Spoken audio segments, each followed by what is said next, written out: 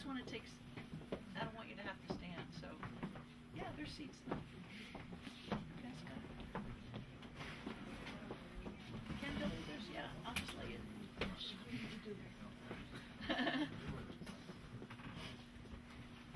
Bill, there's just, yeah. And can we make sure everybody's cell phones are off?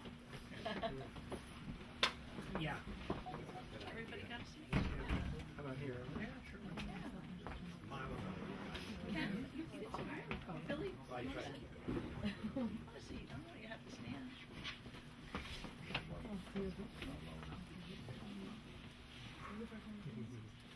Well, let me know when you're ready. All set. So hello everybody, and thank you for coming. So good to see so many friends and neighbors.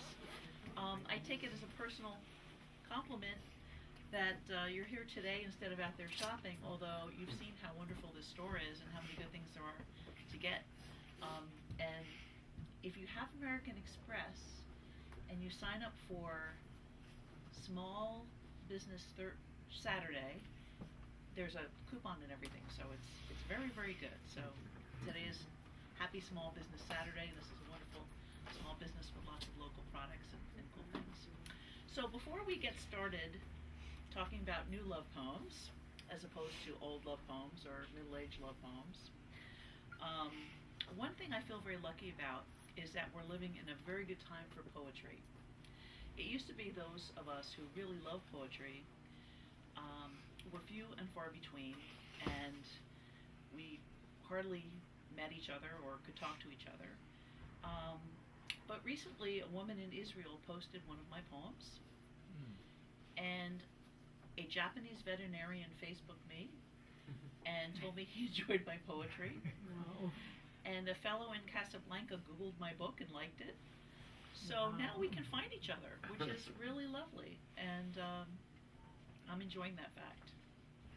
Of course, you might be wondering how somebody like me could write so many poems about love. But someone once said that pretty much everything in life is either love or fear. And I thought it'd be nicer to write a book about love and probably more fun. So my name is Terry Benczik. I was born in New Brunswick. I lived on the Metuchen Edison border for about 10 years. So I certainly know the neighborhood here and appreciate the uniqueness of Central Jersey. I've been writing poetry all my life. So that's sort of the intro to getting to talk about. It says right here, what is love and how do we get and keep that indescribably happy feeling? There'll be a quiz after. And my answer is, heck if I know. But I think that's kind of why I wrote the book. And I think that's the wonderful thing about love, that we're all experts and novices at the same time. And that everyone's story, or nearly everybody's story, is interesting. I often wonder what draws people to poetry. I can listen to someone's heartbreaking experience or have one of my own, and all of a sudden my pen is wiggling. This book in particular is meant to be a whole cycle of the human experience of love, the experience, if you will, of a soul. The soul finds itself on earth and starts looking for love. Sometimes it sees something shiny and pretty. Sometimes it has failed expectations. But the soul, being the soul, looks for hope. It has bright and chirpy days. It has cynical days. So now that we have looked at hope and thought about hope, I can describe the book as looking at the love between two people, the love of humanity, self-acceptance, and the love of the divine.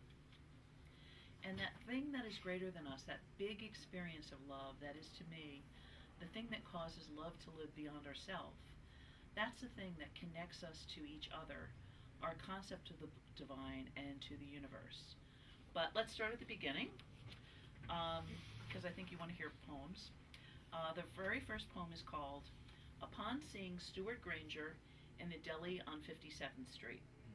This is a true story that I experienced and a poem I wrote in my early 20s upon seeing Stuart Granger in a deli on 57th Street. A royal prince walked in. He must have been so stunning my jaw dropped, and everything in the deli literally stopped. The manager marched over. "Sir, do I know you? You look familiar." And he, smile bemused, hair of silver, said, "I was an actor, a swashbuckler." Then, in his best pirate stance, he smiled at the gawpers, circling around him, while making a fencing gesture in the air with his hand. No one who was in line to get their sandwiches thought about food. I wanted to break into applause and congratulate him for all he was. Instead, there was a bow, invisible somehow. All we could do was stare. New Yorkers, yes, but he was magnificent, confident, a rare thing, so graceful, so present. I've never seen such polish and elan. He was soon given his takeaway and was gone. And though I'm not a fan of his film chronology, I say this now without apology. Sometimes when I'm missing glamour or on board, I think of the day of the splendid swashbuckler and his sword.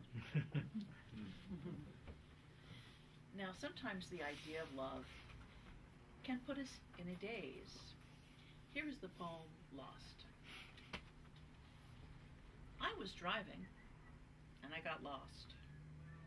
Lost in your town. Lost in the place of you. Lost in the thought of you.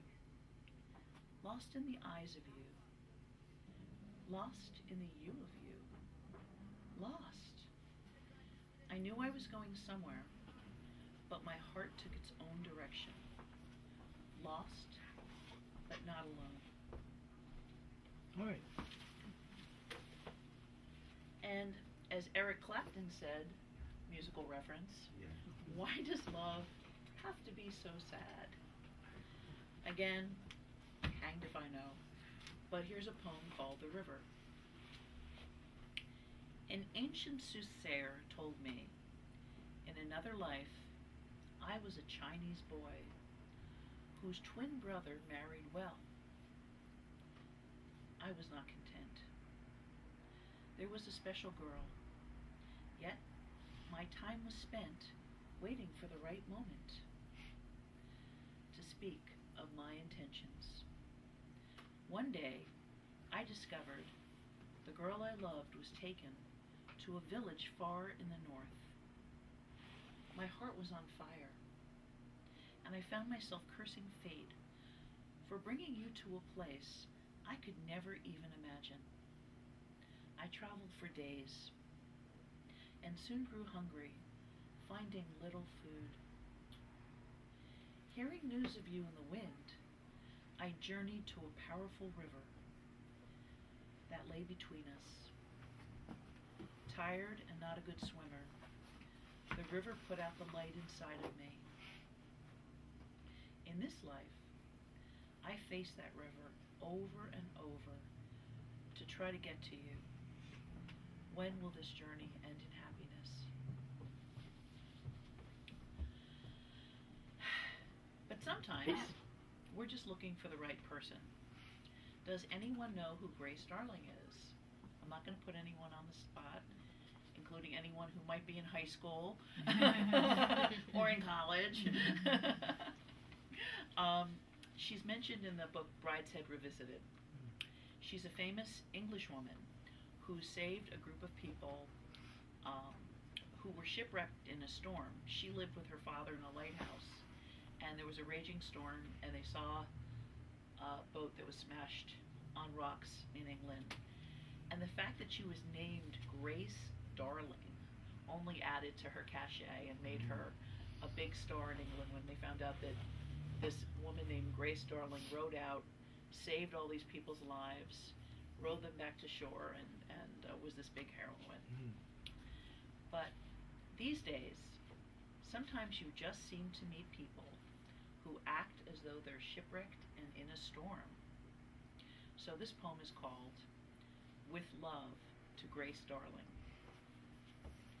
In a storm-tossed night upon the blackest sea, Grace Darling rowed her way into history.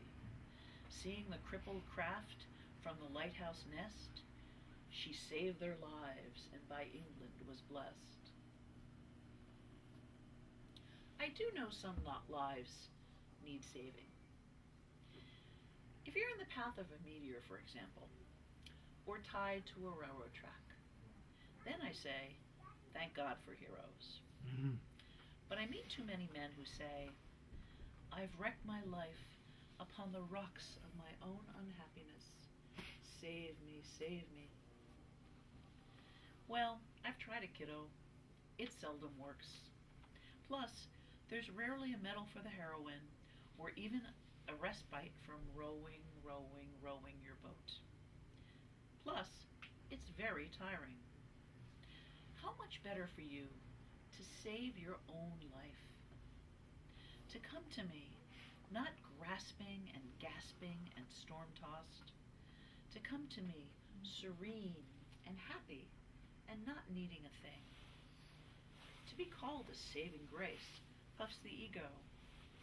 But those men with wrecked lives, they wrecked it themselves.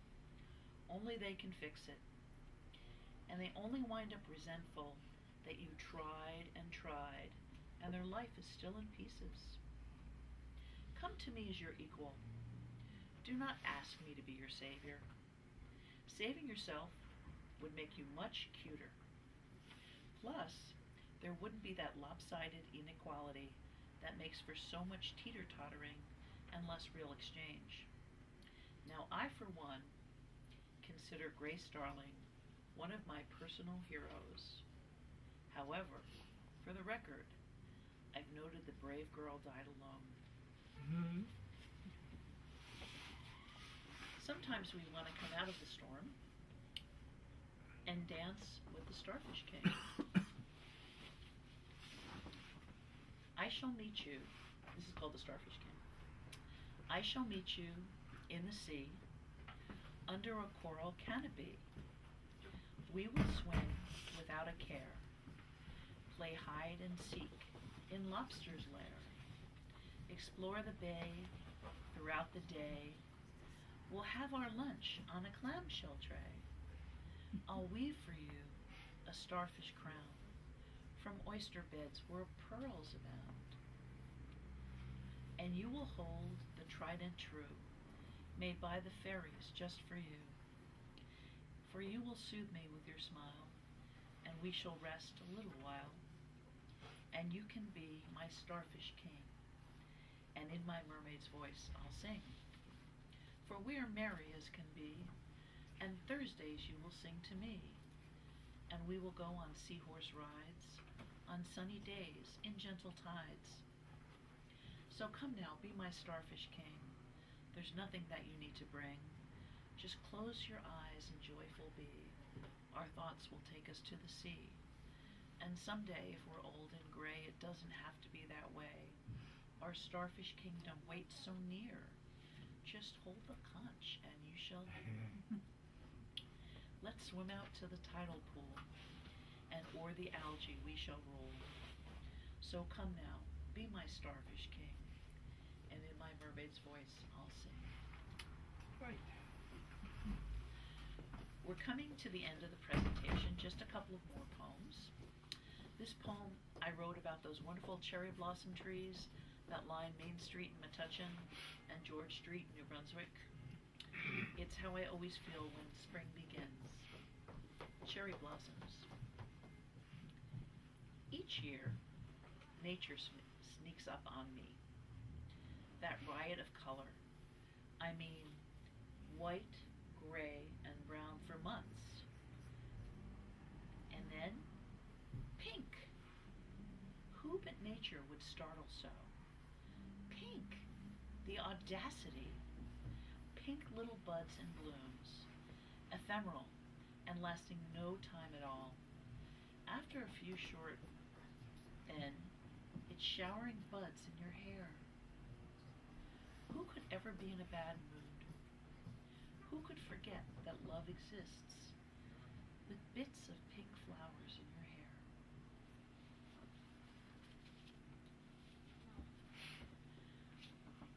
I wrote this next one last year when I read in the news that they had found Amelia Earhart's plane. Mm. It's called The Facts About Amelia Earhart, and when you listen to the poem you'll find out that there's nothing factual in it at all. The Facts About Amelia Earhart. The newspaper said today, after decades of searching, they found Amelia Earhart's plane. She and her navigator were blown off the charts, out of the sky, and into love, or so a wonderful novel once suggested.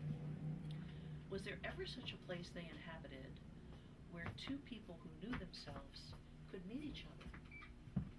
Did she decorate the navigator's hair with seashells? Did she fashion little umbrellas for their libations from sea urchin spines and palm leaf? Did he bring her such fruits, tasting of cool rain and sweet breezes? Did he sing the songs of the sea in her ear as they danced near the twinkling evening waters? Perhaps she was holding a tropical flower when she realized she had become a mystery the modern world could not solve. In my dream of dear Amelia, she learned to fly without wings, and he charted for her a starry path to territories beyond the clouds.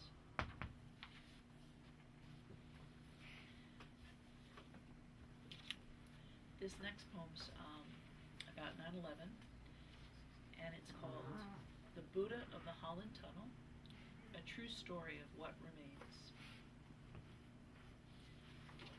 A few weeks after the World Trade Center fell, a friend's wife told him, "Take her to the city. Bring the kid. Our friend should go back there. Just don't stay long." So we went to Manhattan, but nowhere near the destruction. We went to a Buddhist tea house. I met a nun. We had tea. The kid got restless. We decided to go home. A few blocks before the Holland Tunnel, we stopped at a parking space in front of an antique store. The kid wanted a hot dog. We saw a vendor around the corner. To kill time, I got out and looked in the window. He was 6 foot tall and handsome, carved, wooden, confident, God, Buddha in all his glory. He looked like he owned the store. I looked harder, for the first time, not thinking of my friends, then thinking of my friends. How can people disappear? Buildings crumble. How much hate does it take to fly a plane into nothing? I saw the Buddha. It got so silent. He showed me 1,000 years. He showed me thousands of years. He showed me war, hope. He showed me birth and human heartache. He showed me my pain was nothing new to any generation. He asked me, what remains? I didn't understand. He asked me what remains after 1,000 years. What remains after thousands of years? He indicated, gesturing so I would think. And finally, nothing of human hands, only of human heart. Love is all that remains. We sat in the car. Mustard got on the seat. I thought about that handsome prince in the store window for a long time. 2 years later, I called the antique shop. Was Buddha still there? I wanted it at any price. By some miracle, could I afford it? I described the glowing wooden figure to the manager, hoping that particular Buddha wasn't everyone's taste. Maybe he was back in a dusty corner. My description was perfect. He was larger than life, gorgeous, inspiring. The statue seemed alive, the most beautiful one I'd ever seen. Sorry, said the manager. We've never had anything like that in here.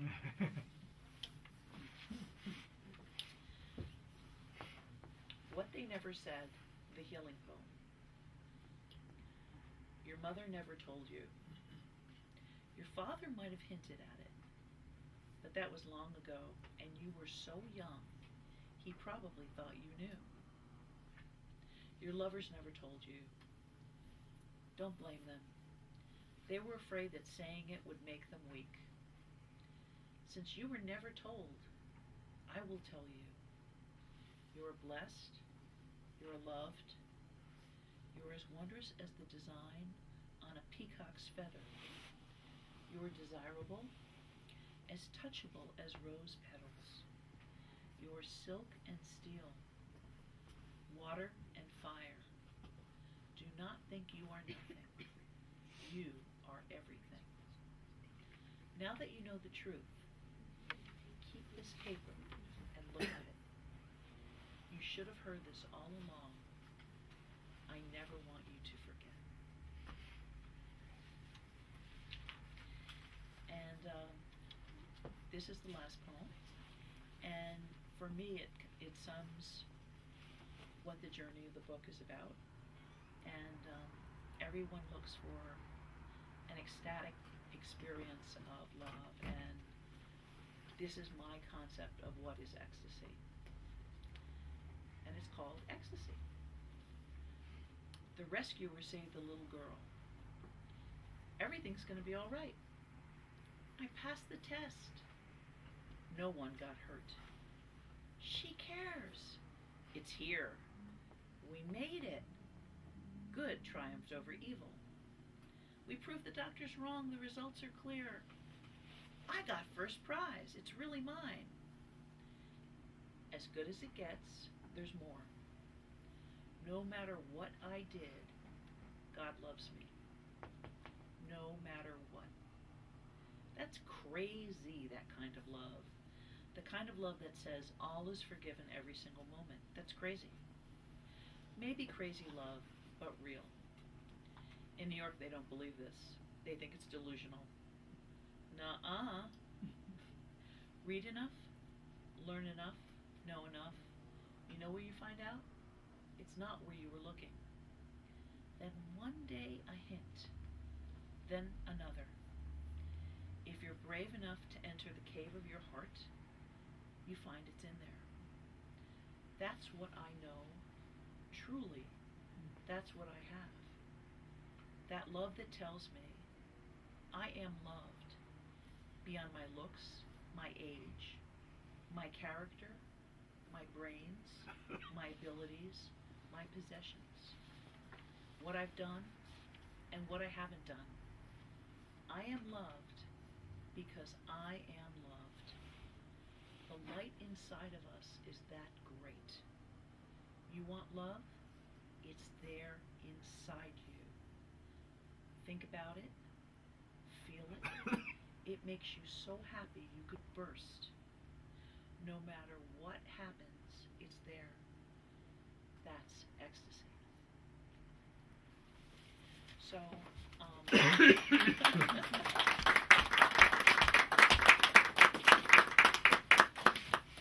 thank you very much for coming out, everybody. Are there any questions?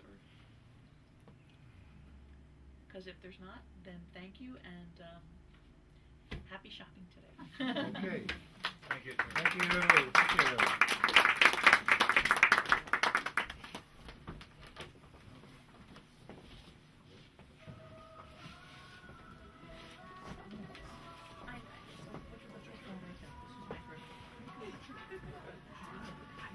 Right, I should. Well, you got a hug for that. My, this is the perfect world. Nice and intimate, right? It is. John Levy. Thank you. Well, so does my cat. I think this was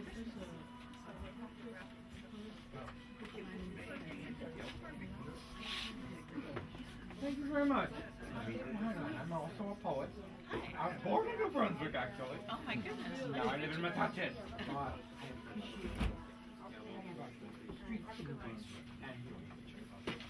I work here. Thank you very much. Oh, thank you for coming out. Really good.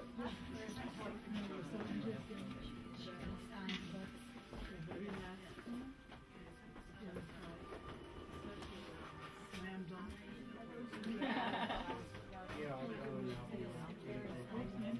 It's called ecstasy.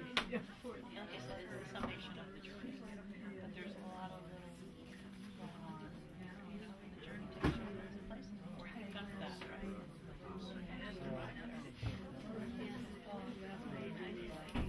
It was so meaningful and relevant.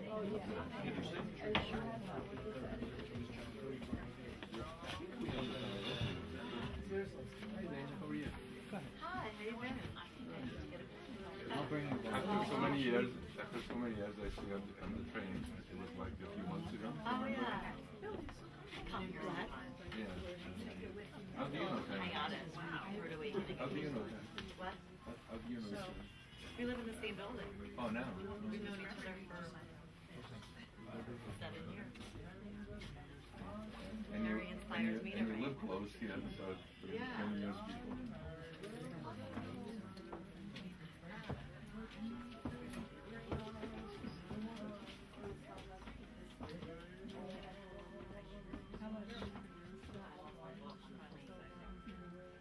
Did you lose? Very cool. So I was advertising for her. I left it on 20. You just flew it. New Brunswick. I live in Perrysville. How are you? Oh my goodness, I wouldn't have missed it. I didn't fly in for any before. So you're just. I left the book on a plane when I was on one a few weeks ago. Okay. CECI, right? Sometimes people Just dropped it, yeah. But somebody wants to read Is it. it on my phone? Still working. You live in Think of the someone in the sky has that book. Is your mother from Kenny? Yes. That's right. Really? You know, we got in that little move, it's just crazy. Very nice. That was part of reaching to the Yes, divine and sky. Yeah. There's a reason behind your madness.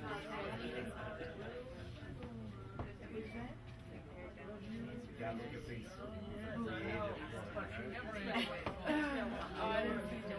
creative.